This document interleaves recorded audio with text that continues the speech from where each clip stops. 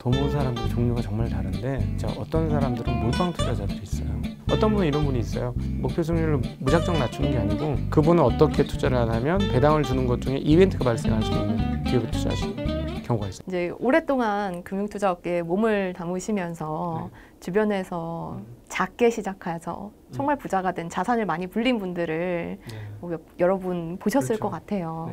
좀 가장 기억에 남는 분이 있으실까요? 좀 따라할 수 있을 분들도 있을까요? 어떤 분은 이런 분이 있어요. 목표 수익률을 무작정 낮추는 게 아니고 내가 살다 보니 대체적으로 인플레이션이 2, 3%는 실제로 인플레이션 나는 것 같더라. 그러니까 나는 최소한 한 6% 정도는 수익이 나야 3%면. 옛날엔 더 높았죠. 실질 인플레가 한 4, 5% 났으니까 그러면 한 10% 정도 날 수 있는 대상만을 나는 사겠다. 실질적인 그 현금 자산 그 가치의 하락에 곱하기 2 이렇게 해서 그런 주식만 찾아서 하시는 분이 있어요. 이 원칙에서 벗어나지 않아요.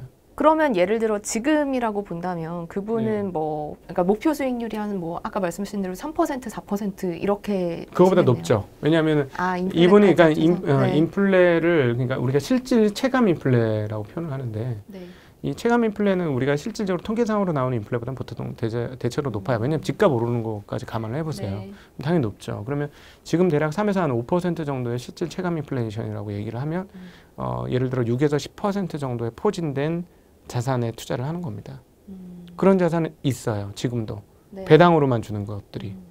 근데 이제 그분은 어떻게 투자를 하냐면 배당을 주는 것 중에 이벤트가 발생할 수 있는 기업에 투자하시는 경우가 있어요. 이게 무슨 말이냐면 이 회사가 예를 들어서 자산이 엄청 많아. 6%, 예를 들어 배당을 6% 줘. 근데 자산이 많은데 이거 팔 것 같아. 아, 자산을 매각해서 현금이 회사에 들어올 것 같다. 또 들어올 것 같아. 그걸 옵션으로 하나씩 붙여놓고 있는 거예요.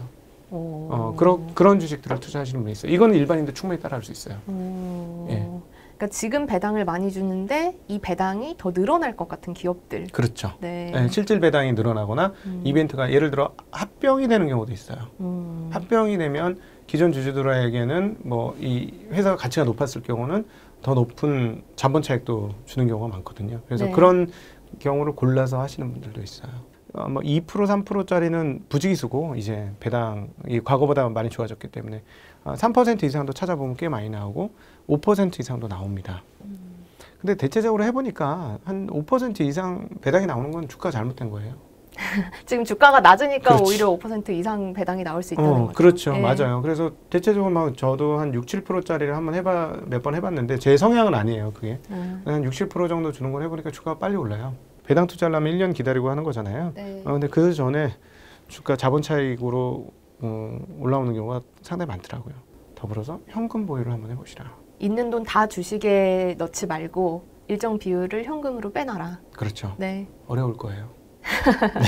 사고 싶은 주식이 계속 많아지니까요. 그렇죠. 잘 안 될 거예요. 어렵습니다. 근데 그거 한번 꼭 해보십시오. 왜냐하면 나도 남들처럼 폭락할 때 한번 사보자. 우리나라는 놀랍게도 1년에 2번 이상 그런 이벤트가 반드시 발생해. 북한이든 뭐든 일시적으로 주식이 떨어져. 이번에도 그랬잖아요. 이번에도 미국만큼은 아니지만 떨어졌잖아요. 지수가 10% 가까이. 종목은 그러면 20, 30% 떨어지는 거잖아요. 그러니까 현금을 갖고 계셨던 분들은 해피하죠. 이런 해피함을 빨리 맛보셔야 돼요.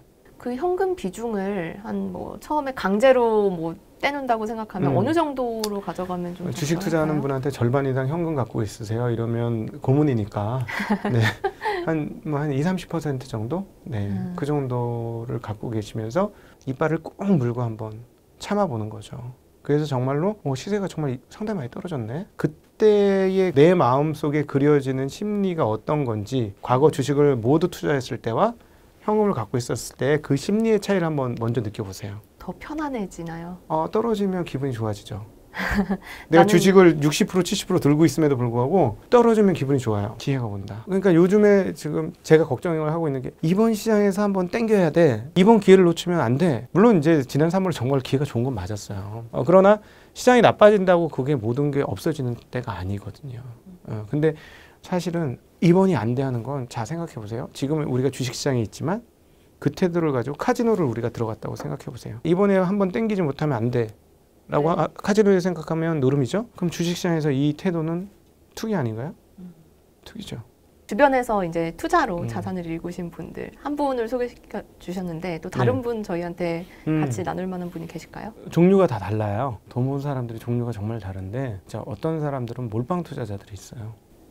그래서 성공한 사람도 있어요. 네. 네, 전혀 제가 그동안에 얘기했던 것과는 다른 톤도 성공할 수 있으니까 그거 말씀드리는데요.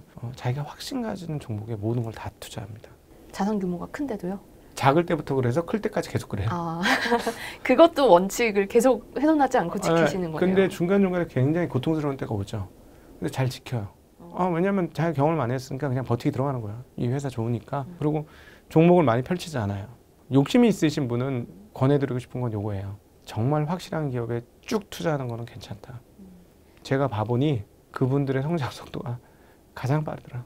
가장 효율이 정말 괜찮은 기업에 몰빵 투자할 수만 있다면 얼마나 효율이 좋겠어요. 네, 근데 해보시면 아실 거예요. 아니 어떻게 이렇게 완벽하게 좋은 회사를 이렇게 싼 가격에, 이게 중요해요. 정말 좋은 회사를 이렇게 싼 가격에. 근데 제가 봤을 때 이렇게 싼 가격에라고 할 수 있는 게 실력이에요. 그게 문제인 거죠. 정말 이런 주식을 잘 찾아냈다면 정말 그냥 다른 종목 많이 볼 필요 없어요. 집중 투자해서 쭉쭉 가면 되고, 사실 실제로 종잣돈의 그 어느 정도 수준을 마련할 때 가장 빠른 길은 확실한 기업들 집중 투자하는 게 맞긴 합니다. 근데 제가 방송 나와서 이런 얘기는 처음 해요. 이런 거를 하라고 권할 수가 없어요. 왜냐하면 너무 많은 사람들이 이렇게 했다가 망하거든요. 일반인들이 이미 집중 투자하고 있거든요. 이렇지 않은 기업을. 네. 이렇지 않은 기업, 확실하지도 않고 가격이 싸지도 않은 기업을 이미 집중 투자하거든요. 그건 욕심이 이끌려서 집중 투자하는 거는 패착으로 갈 가능성이 높습니다. 그럼 내 눈에 실력이 좋아요. 내 눈에 시력이 좋으면 괜찮아요. 내 눈에 시력이 먼저 좋게 만들어 놓고 이런 것들을 해보시는 거는 괜찮을 것 같고, 그 다음에 가보면 어떻게 너는 그렇게 깊이 많이 알 수 있니? 이런 생각이 절로 드는 사람들이 있어요. 근데 그분들이 그렇게 갔던 것 중에 방법을 하나, 노하우를 말씀드리면, 특별히 우리나라 투자에 있어서는 소위 말하는 가치사슬, 밸류 체인이라는 게 있어요. 그러면 공부할 때 이걸 빠르게 성장시키는 방법은 뭐냐면, 휴대폰을 한다. 휴대폰에 있는 모든 기업을 다 아는 거예요. 뭐 부품도 있을 수 있고, 장비도 있을 수 있고, 재료 이런 게 있잖아요. 휴대폰, 반도체, 디스플레이, 뭐 자동차 다 이게 있어요. 한 번 할 때 이걸 쭉 한 개통을 다 하고 이런 식으로 하는 게 한국에서는 가장 성장이 빠른 투자가 되지 않을까 싶습니다. 말씀하신 대로 부품사가 많으니까. 그렇죠. 네. 오늘 말씀을 들어보면 일단 정답은 없다. 하지만 각자에 맞는 스타일을 찾고 다양한 실패를 통해서 빨리 찾고, 그리고 그걸 지켜라. 그 원칙을 지켜라. 이렇게 요약을 해볼 수 있을 것 같은데. 욕심을 안 부리는 게 정답이다. 이 시점에서는 그 말씀을 꼭 드리고 싶습니다. 잘 알겠습니다. 오늘 말씀 들으면서 저도 약간 상담을 받는 느낌도 들었고. 네, 오늘 곽상준 부지정량님 말씀 지금까지 들었습니다. 감사합니다. 네, 고맙습니다.